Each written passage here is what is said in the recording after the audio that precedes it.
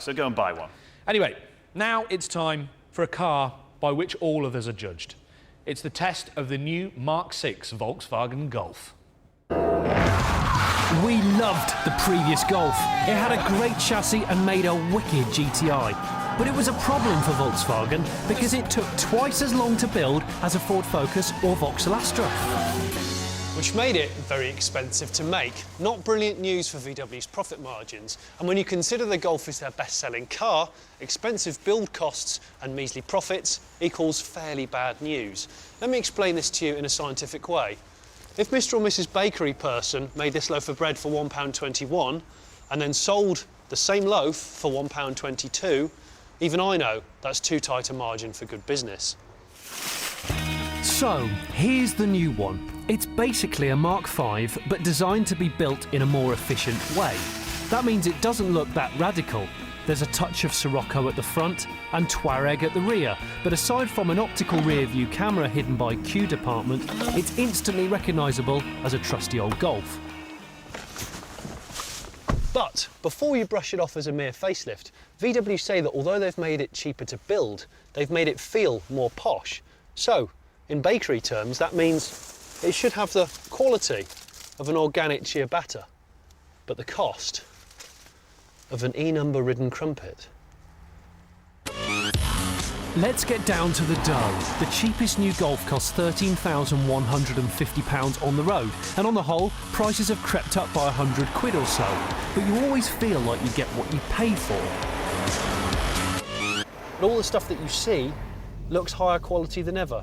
They might have made something cheaper behind the dash. They've probably put egg boxes in the door cards. And even if they have, it just seems to work better.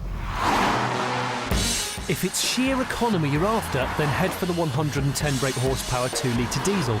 It averages 57.6 miles per gallon, 6 better than the old 2-litre. It'll crack 10.7 seconds to 62 miles an hour, and it'll do 120 top end. I'm convinced that what VW have done is they've sat in a room with Paul Daniels, David Copperfield and David Blaine and Darren Brown as well, and they've said, can you just do magic on the car? And this is it. Magicians are always finding new ways to dazzle and impress us, and we, the audience, are always trying to find out their little secrets. I decided to really test the Golf's best trick of all, its limo-like refinement.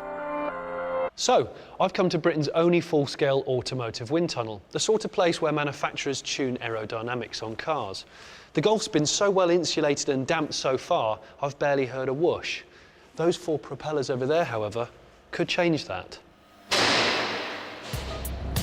Once the fans are up to full speed, I'm going to get in the car and listen to how much quieter it makes things. They say I'm not supposed to walk around with the fans on in case I get sucked in, but there's no other way to show you quite how strong this wind is. That's 4 propellers off an Avro Lincoln aircraft, the successor to the Lancaster bomber. It's seriously windy. Time to seek some shelter and see how things feel on the inside.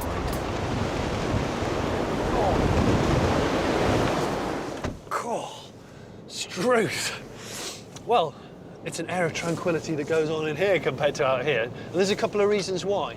The Mark 6 Golf has had a lot of money invested in it in vehicle acoustics.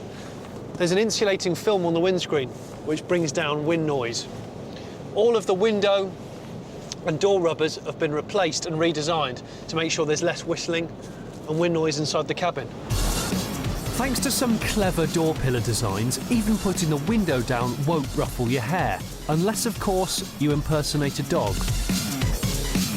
They've even redesigned the wing mirrors to make sure that there's less wind noise on those. And there's a rain channel, like a groove, in the middle of those, so the rain beads off neatly. Those Germans, they know how to do stuff well. Oh, it's got 7 airbags, and one of them's for your kneecaps. 5-star Euro NCAP rating. Some people want to know stuff like that. Yeah, you want to spend time with me in a car, don't you? The thing about Golfs is they are just so painfully boring. The one you've got to wait for comes out this summer, an extra 10 bhp on the old, the GTI, 207 brake horsepower. Yeah, and the really interesting thing about that car is it's getting a limited slip diff, so it should be quick around the corners as well. And it also means you can do reverse donuts, yes. If you're a complete loser. Oh, thank you. Yeah, unfortunately, the one they're all talking about is the Blue Motion version, which is a proper tree hugger. They reckon it emits just 99 grams per kilometre of CO2. Wow. Which means it won't pay road tax. Right, time now for some practical, down-to-earth credit crunch.